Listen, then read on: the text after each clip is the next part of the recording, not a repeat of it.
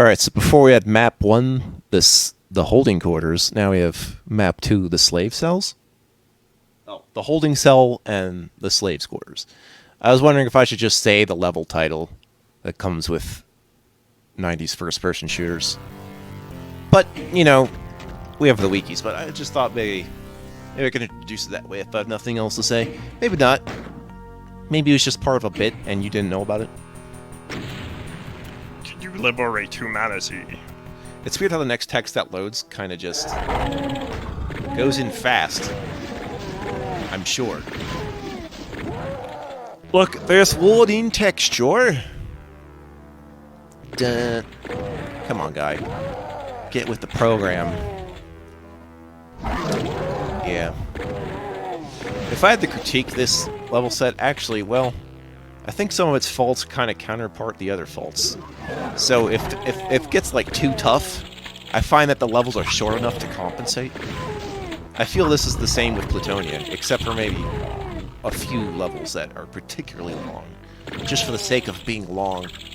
And that happens in this mod too. I think there's like maybe 2-3 levels that are particularly long, which just means I have to spend my time remembering the stuff. The best way to remember secrets is to just practice once, and then hope it sticks to your muscle memory for at least 24 hours. Otherwise you have to practice it again. Same with everything, mostly. But I say with, like, stuff I practice with, like, roguelikes. You know, if you practice a certain number of techniques, then the strategy can apply to most everything. With the exception when you're doing a brand new fucking game. Which you have to relearn some stuff, sometimes. There'll be hell to pay. I had to install Hell to Pay much the same way as Perdition's Gate. You'd think it'd be complicated, but I don't have to actually use its installer. I read the installer. It is basic. It is basic MS-DOS batch script command line stuff. So it's not that big of a deal. Yeah, you'd think it'd be like the hack stuff. It's not. Speaking of, I think there's this one to hack mod I have yet to see ever covered. What was it called? It's just called Invasion. And I think someone was looking for something like that, and I think I tried doing it, but it warned me that maybe the secret levels would crash or something like that. But I'm willing to give it a shot. If after I get through Plutonia, then we can start debating what other Doom stuff I'm going to be doing, since there's going to be a lot of it. And a lot of it that's compatible with DOS before I ever decided to do source ports, which there's plenty of, which I have accounted for. Like, most of the Doom source port stuff, it'd probably be like me doing PR Boot Plus. I know that. Some of the stuff is GZ Doom, but that's because, like, they put a lot of, like, differences into making something completely different, and that's fair. I just have to be mindful of what settings I'm using so it doesn't look like total, like, oh man, this is something I hate when people try to go back to these kinds of things. I hate it when they remove the HUD. I like the HUD. I especially like when the HUD tells me what weapons I have based on the numbers. And more importantly, the ammo count. A HUD without an ammo count is not helpful. I use that shit to strategize this game all the time. I'm always looking at the ammo count. You should too. And I especially have to do that stuff for stuff like Quake. Because they even bother with custom HUDs in Quake, and I like seeing those. Yeah. I found that I just quick save a lot more often now. But that's because I'm not pulling any punches. I am not letting this game destroy me. But it helps when I'm quick saving, because it doesn't actually take away from the music, which is good. You don't want that to happen. It happens kind of when I'm click loading. But, yeah. That's a sign of a good retro FPS, is when they make it so the music keeps going, regardless of whether quick saving or quick loading the same level. Unless you're loading a different level, which would make sense. Then we would all understand. So I'm thinking, what else can we do in the first-person shooter pipeline? I'm thinking Shadow Warrior. I kind of already have that set up, so that could be next. I kind of want to do it for the longest-ass time.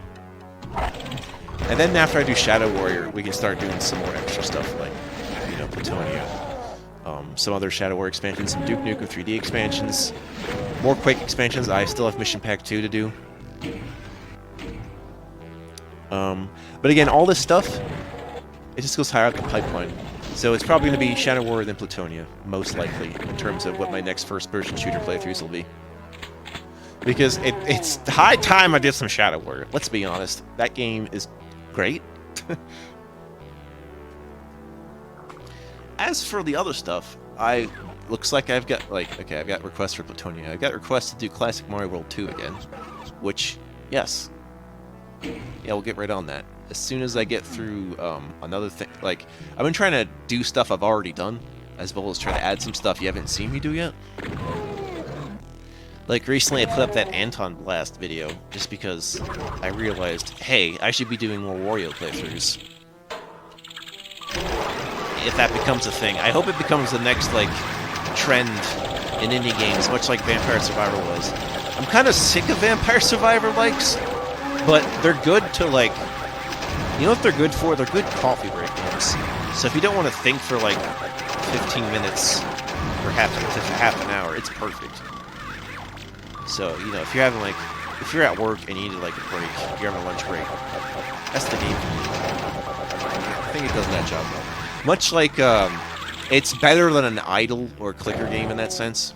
And it's about on par with, say, a tower defense game. Those things are still a thing, and they still, like, qualify as, say, a sort of sub-real-time strategy. It's hard to say what a genre is by title when you know how to define it comparing to something else.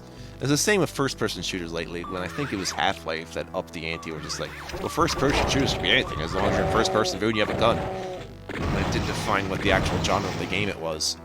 But we had one here all along, in the form of Doom. I don't know when and if I will get back to Wolfenstein content. It's not really high on the to-do list. I want it to be. I found that a lot of Wolfenstein 3D mods do not change the title screen. Here's a pro tip. If you want me to cover your mod, have a custom title screen. Otherwise, I got plenty to go through. So all your level packs that don't actually change the intro, or just the title screen, I've decided I'm going to skip for now. If for some reason someone comes by me and is like, here, have these thumbnails I made. Yeah, sure. It's just, I'd rather use the definitive title screen for this stuff, because I don't want to, like... I mean, I wouldn't be, like, using these YouTube clickbaity thumbnails, but I do use a thumbnail for the title screen just so, A, you kind of know what I'm doing, and 2, so that it's not spoiled for you with the screenshot of the gameplay. That's about the best I can do. Make sure you make it so that your mouse is not... Make sure your mouse or your YouTube setting makes it so it doesn't autoplay the video. Or, like, does a little preview of what you're getting.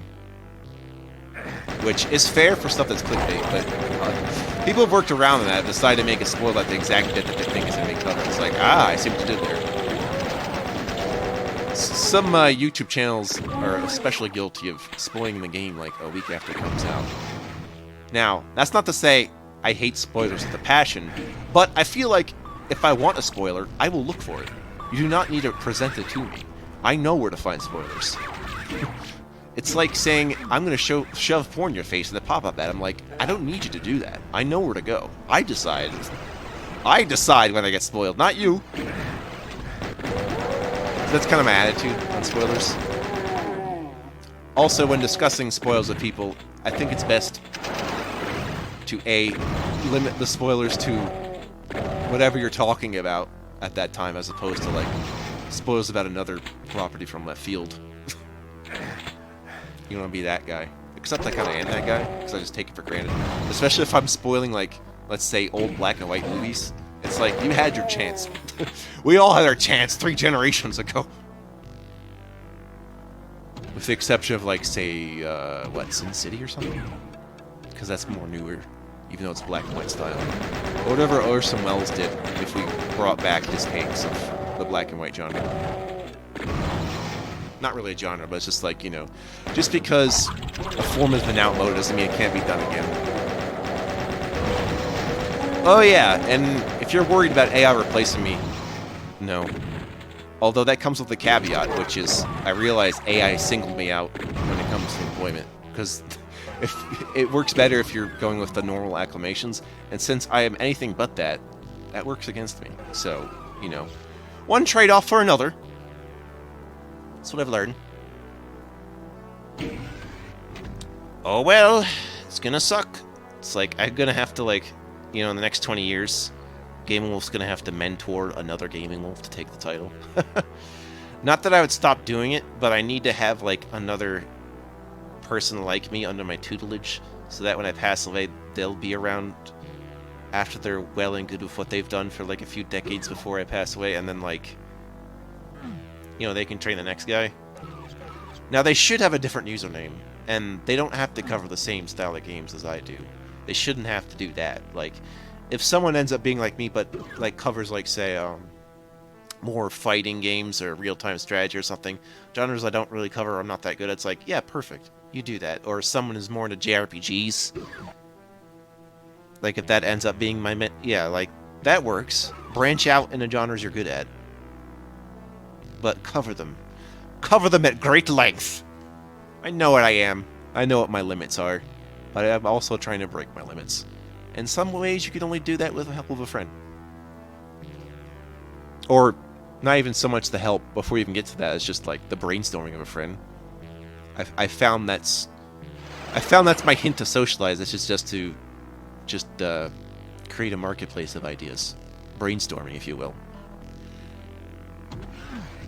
In fact, I think it's a smart thing to always have a brain trust. Just to act as your backup to go-tos. Or, like, know someone who, like, covers a different hobby. Like, know a film buff, know a music man, know other kinds of stuff, know people who are, like, into, I don't know, trains? I guess, like, model toys, like, yeah, like, you never know when you need to know that stuff. And that's not your purview, like, I know just the guy. He's my Lego informant. Everyone needs a Lego informant, Dankeschön. That was an interesting conversation we had today. It wasn't really topical, wasn't really relevant to the game per se, or even so much me, but it was good. This is what you want. This is what you want. You want some good commentary about some random shit while I'm playing a good game. And that's the other thing. Word if you're doing a swept like wildfire through the slave quarters, you carry their hopes of your fellow slaves to descend in the mines. Big fucking whoop. Your mileage may vary about what it means when I go into the mines. It's hard to look at the mines. Doom is abstract by this point. We know this.